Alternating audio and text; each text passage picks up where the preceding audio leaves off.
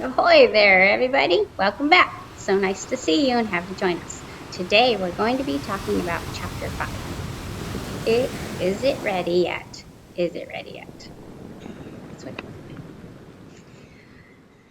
Captain, Wally said quietly. He pushed open the door to Redbeard's quarters. Henry trailed in behind him. You rang?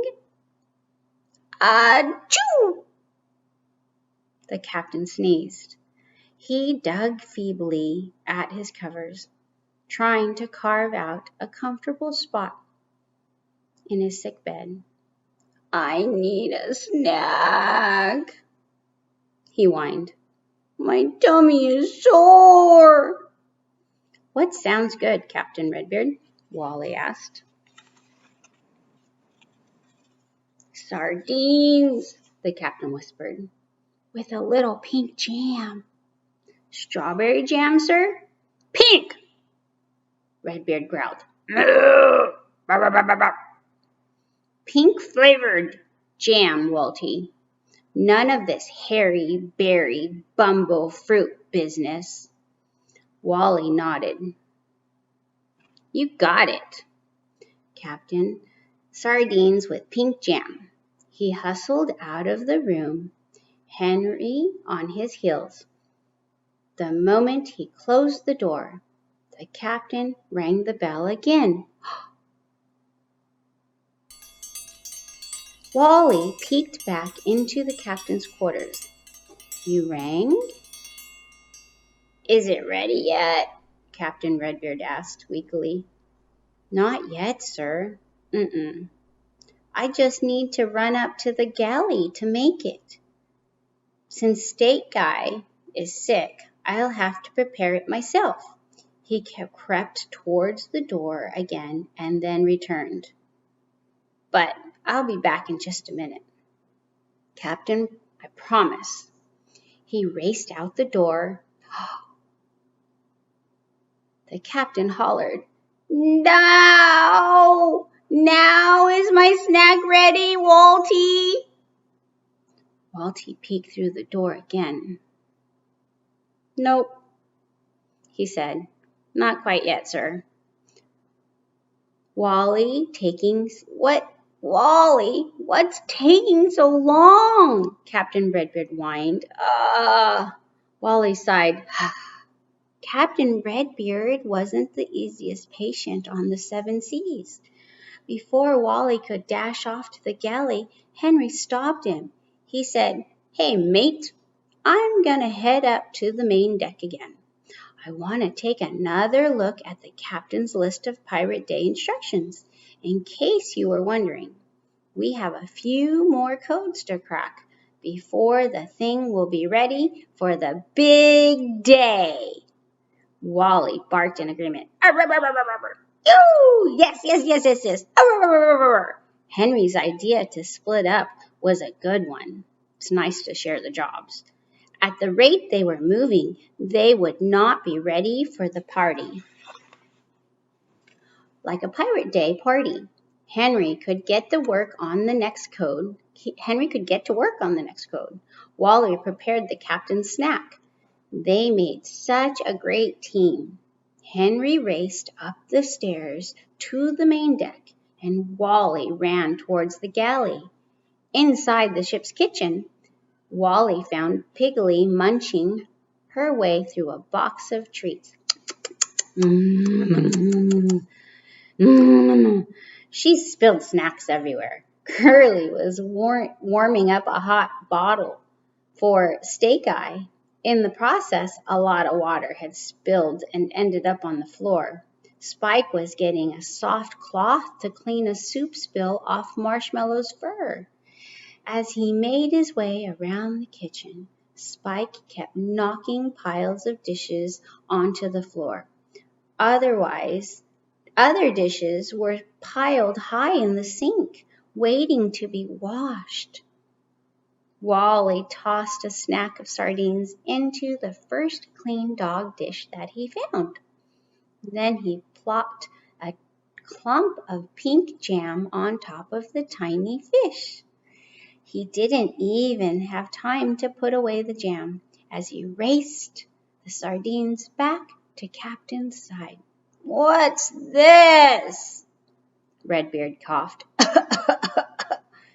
His tongue lollied out of his mouth.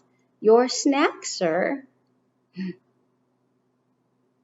Wally hid his head under his paws to try and block the noise. "You don't have to ring the bell. I don't like the look of this snack," Redbeard announced. Wally cocked his head. "But, sir, it's sardines with pink jam, just what you asked for." "I want it in my special dish, one of golden bowls I have saved for Pirate Day." Redbeard pouted. "Put my snack in a gold dish so it will taste better." "Aye, aye, Captain," Wally said, running from the room again. He found the captain's special dish buried under a lot of kitchen clutter. He dumped the sardines and pink jam into a shiny golden bowl and hustled back to Redbeard's sick bed. "Is this the dish you like, Captain?" Redbeard pressed his nose to the snack and sniffed. He groaned, "It's too cold. I like the jam under the sardines. It tastes better that way." "Righty-o," Walty said. Running out of the room again, he warmed the sardines over the fire in the galley, then plopped them on top of the pink jam. "This should do it," he muttered. I think it's going to work." But when he presented the plate to the captain, Redbeard moaned. "Oh, forget it," he said sadly, pushing the dish aside. I'm not really hungry anymore. Thanks anyways." Little Walty. I'll show you the picture.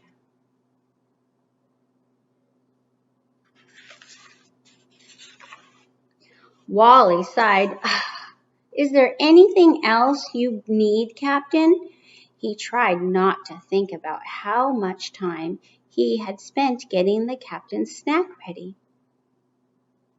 Time he could have spent getting the ship ready for the Pirate Day party. Ooh! Redbeard nodded. I need someone to cuddle with and fetch my duck." Wally grabbed the duck from the basket in the corner and placed it beside him.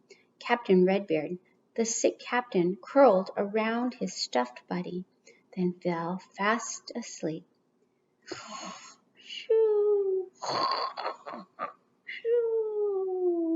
As soon as Wally was sure it was safe to move, he crept out of the room.